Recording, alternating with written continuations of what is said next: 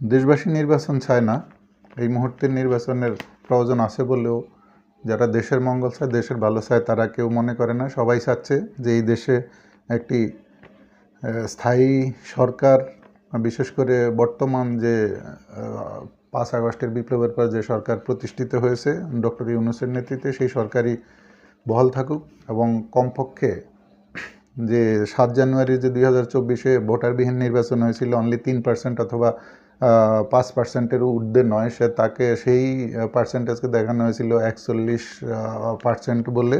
41% মানুষ নাকি ভোট প্রদান করেছে। সবই ভুয়া, ভিত্তিহীন এবং এই অবৈধ নির্বাচনের মাধ্যমে তারা যে ক্ষমতা পুনরায় দখল করতে চেয়েছিল, সেই ক্ষমতা তাদের দীর্ঘায়িত হয়নি। কিন্তু যদি দীর্ঘায়িত হতো তাহলে সেটি 2029 সালের 6 জানুয়ারি পর্যন্ত তারা এই ক্ষমতাকে দীর্ঘায়িত করতো। সুতরাং সেখান থেকে জনগণ তাদেরকে প্রতিহত করেছে, তাদেরকে বিতাড়িত করেছে, তাদেরকে দেশ ছাড়তে বাধ্য করেছে। কাজেই আগামী বর্তমান দেশের মানুষের, সাধারণ মানুষের যে চাওয়া পাওয়া, তারা চাচ্ছে যে ডক্টর ইউনূস আগামী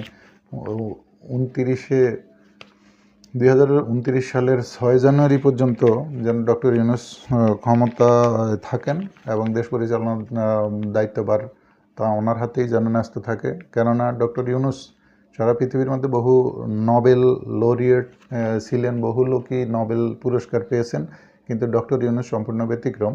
কেননা তিনি শুধু কোনো সূত্র আবিষ্কার করেই তার মধ্যে সীমাবদ্ধ থাকেননি। ডক্টর ইউনূস এমন একজন ব্যক্তি, বর্তমান বিশ্বে জীবন্ত কিংবদন্তি, এবং তাকে সারা পৃথিবীর যত জ্ঞানীগুণী লোক আছে তারা বিভিন্ন অনুষ্ঠানে, বিভিন্ন মিটিংয়ে, সভা সমাবেশে তাদেরকে দাঁড়িয়ে সম্মান করে, তা বলতে হয় না।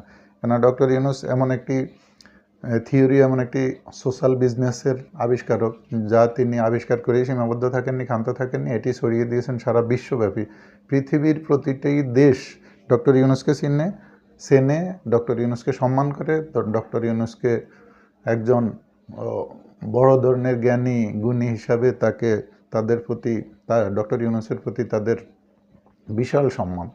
যেটা ডক্টর ইউনূস দায়িত্বভার নেওয়ার পরপরই তিনি বিভিন্ন সংস্কার কাজে দেশের হাত দিয়েছেন।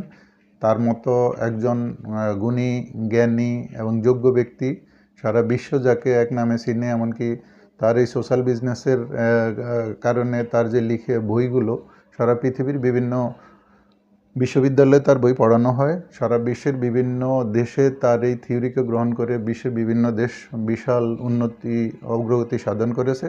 এবং এমনকি আফ্রিকার যে দরিদ্র দেশগুলো, তাদের বিভিন্ন অত্যন্ত পাড়া গায়ে এবং অত্যন্ত জঙ্গলাকীর্ণ বিভিন্ন এলাকায়, সেখানে গিয়েও দেখা যায় যে অনেক শিক্ষিত মানুষ ডক্টর ইউনূসের সেই বইগুলো তারা সবসময় ফলো করেন। সেখান থেকে তারা সোশ্যাল বিজনেসের মাধ্যমে তাদের পারিবারিক, সামাজিক এবং দেশের অগ্রগতি, উন্নতি সাধন করতে সক্ষম হয়েছেন। তো ডক্টর ইউনূস ইতিমধ্যেই দেশে যে সংস্কার কাজ শুরু করেছেন, সেই সংস্কার কাজের সাথে সারা দেশের মানুষ একতাবদ্ধ এবং ঐক্যবদ্ধ আছে। ডক্টর ইউনূসকে তারা সহযোগিতা করতে চায় এবং ডক্টর ইউনূসের মাধ্যমেই এ দেশের একটি বড় ধরনের উন্নতি, অগ্রগতি ও বড় ধরনের দেশ গঠনের কাজে সহযোগিতা ও দেশকে উন্নয়নের সর্বোচ্চ পর্যায়ে নিয়ে যেতে পারে বলে দেশের মানুষ মনে করে, আশা করে। এবং বর্তমানে ইতিমধ্যেই তার প্রমাণ বিভিন্নভাবে তিনি এই মাত্র 8 মাসের মধ্যেই বহু স্বাক্ষর রেখেছেন। প্রথমেই বলা যায়, জাতিসংঘে যে বক্তব্য রেখেছেন, জাতিসংঘের সকল দেশের যে প্রেসিডেন্ট, প্রধানমন্ত্রী, তারা সবাই তার সাথে একটু দেখা করার জন্য, একটু সাক্ষাৎ করার জন্য এবং একটু কথা বলার জন্য তারা উদগ্রীব ছিল, এবং সেখানে বড় ধরনের সম্মানিত করা হয়েছে তাকে। তো দেশের মুখ উজ্জ্বল করার জন্য, বাংলাদেশকে বিশ্ব দরবারে প্রতিষ্ঠিত করার জন্য ডক্টর ইউনূসের মতো একজন লোক বর্তমানে বাংলাদেশে আছে বলেই বাংলাদেশ এই কিছুদিন আগে, যেটা বাংলাদেশ 168তম ছিল, সেখান থেকে বর্তমান ক্ষমতাশালী দেশের মধ্যে 50টি দেশের মধ্যে বাংলাদেশ 47তম অবস্থানে বর্তমান অবস্থান করছে। এটি ডক্টর ইউনূসের এই বলিষ্ঠ নেতৃত্ব, তাকে যে সারা পৃথিবী শ্রদ্ধা সম্মান করে, তারই বহিঃপ্রকাশ বলে মনে করি। সর্বপ্রথম তিনি ট্রাম্প সরকার আসার পরপরই তার সাথে জ্বালানি চুক্তি, LNG চুক্তি সম্পন্ন করেছেন। ইতিমধ্যে রোহিঙ্গা শরণার্থীদেরকে নিয়ে চট্টগ্রামে যে বক্তব্য দেওয়া হয়েছে অনেকেই সেটি নিয়ে তুচ্ছতাচ্ছিল্য করেছিল এবং বিভিন্নভাবে হাসাহাসি করেছিল। আবার অনেকে বলেছিল এটা বাতকে বাত বা কথার কথা, এটি কোনোভাবেই রোহিঙ্গাদেরকে আগামী 1 বছরের মধ্যে বার্মায় ফেরত পাঠানো সম্ভব হবে না। সুতরাং আরাকানে তারা যেতেও পারবে না, আগামী রমজানের ঈদ তারা ওখানে করতেও পারবে না। কিন্তু আশ্চর্যের বিষয় হলো এই বক্তব্য রাখার রমজানের 15-20 দিনের মাথায় থাইল্যান্ডে যে সম্মেলন হয়েছে সেই সম্মেলনে সেখানে বার্মার যে মন্ত্রী শরণার্থী বিষয় এবং পররাষ্ট্র সেই মন্ত্রী এবং বাংলাদেশের যে বর্তমান রোহিঙ্গা সংক্রান্ত যে উপদেষ্টা ছিলেন যে ডক্টর খলিলুর রহমান উভয়ই সাংবাদিক সম্মেলনে যৌথ বিবৃতি প্রদান করেছেন যে 1,80,000 রোহিঙ্গাকে এখনই তারা তাদের দেশে কিছুদিনের মধ্যেই তারা নেবেন। আর আরও 70,000-এর ব্যাপারে পরীক্ষা নিরীক্ষা চলছে। এরপর আরও 5,80,000 রোহিঙ্গার ব্যাপারেও তারা পরীক্ষা নিরীক্ষা করছেন এবং সবাইকেই পর্যায়ক্রমে অতি দ্রুত সময়ে ফেরত নেবেন। সুতরাং ডক্টর ইউনূস এবং জাতিসংঘের মহাসচিব যে অ্যান্থনিও গুতেরেস যে কথা বলেছিলেন যে আগামী রমজানের ঈদ রোহিঙ্গারা তাদের দেশেই করবে, তাদের জন্মভূমির মাটিতেই করবে, কথাটি মাত্র 20 থেকে 25 দিনের মধ্যেই সত্য বলে প্রমাণিত হয়েছে, যা আগে কল্পনাও করা যায়নি। বিগত সরকার 16 বছরের মধ্যে 16 জন রোহিঙ্গাকেও ওই দেশে পাঠাতে পারেনি। সুতরাং ডক্টর ইউনূসের সাফল্য শুধু আমরা যদি সবাই মিলে তাকে সাপোর্ট করি, সারা পৃথিবী বাংলাদেশের কাছে আসবে এবং বাংলাদেশ পৃথিবীর ধারে ধারে ঘুরতে হবে না, এটি ডক্টর ইউনূস বলেছিলেন। এবং আমরা পৃথিবীর মাঠে গিয়ে খেলতে হবে না, বাংলাদেশের ছোট দেশ বা তুচ্ছতাচ্ছিল্য করার মতো কিছু নেই। এই দেশ সারা পৃথিবী জুড়ে বাংলাদেশের খেলার মাঠ এবং তারা সারা পৃথিবীব্যাপী আমাদের উন্নতি অগ্রগতি এবং সুসম্পর্ক সারা বিশ্বে ছড়িয়ে পড়বে। তো ডক্টর ইউনূসের আমরা পৃথিবীর সারা বিশ্ব তাকে যে শ্রদ্ধা সম্মান করে সেটি আমাদের দেশের অনেকেই হয়তো করতে পারেন না। এই হীনমন্যতা, এই মন মানসিকতার কারণেই আমরা আসলে জাতিগত হিসেবে আমরা অনেক পিছিয়ে আছি। তো ইতিমধ্যে ডক্টর ইউনূস বিনিয়োগের জন্য যে আশিক চৌধুরী নামে একজনকে সিঙ্গাপুর থেকে নিয়ে এসে বাংলাদেশে নিয়োগ করেছেন, অনলি 41 বছর বয়স, যে বয়সে এখনও সে অনেক ইয়াং তরুণ এবং সারা এই দেশকে যদি তার হায়াত আল্লাহ পাক দীর্ঘদিন রেখে থাকে দেওয়ার মতো এবং এই দেশকে প্রতিষ্ঠিত করার মতো বহু কিছুই করতে পারবে। ইতিমধ্যে সে তার যোগ্যতা অভিজ্ঞতার যে ট্যালেন্টের স্বাক্ষর রেখেছে, যে বিনিয়োগ সম্মেলন করেছে সেখানে যে তার প্রেজেন্টেশন যা দেখে সারা বাংলাদেশের মানুষ এবং সারা বিশ্বের মানুষ অ্যাপ্রিসিয়েট করেছে এবং তারা হতবাক ও আশ্চর্যান্বিত হয়েছে। সুতরাং ডক্টর ইউনূস যেমন একজন জ্ঞানীগুণী যোগ্য অভিজ্ঞ ট্যালেন্ট লোক, তিনি ওইরকম ট্যালেন্টদেরকেই সৎ যোগ্য লোকদেরকেই তিনি নিয়ে আসেন দেশ পরিচালনার জন্য, দেশের উন্নয়নের জন্য।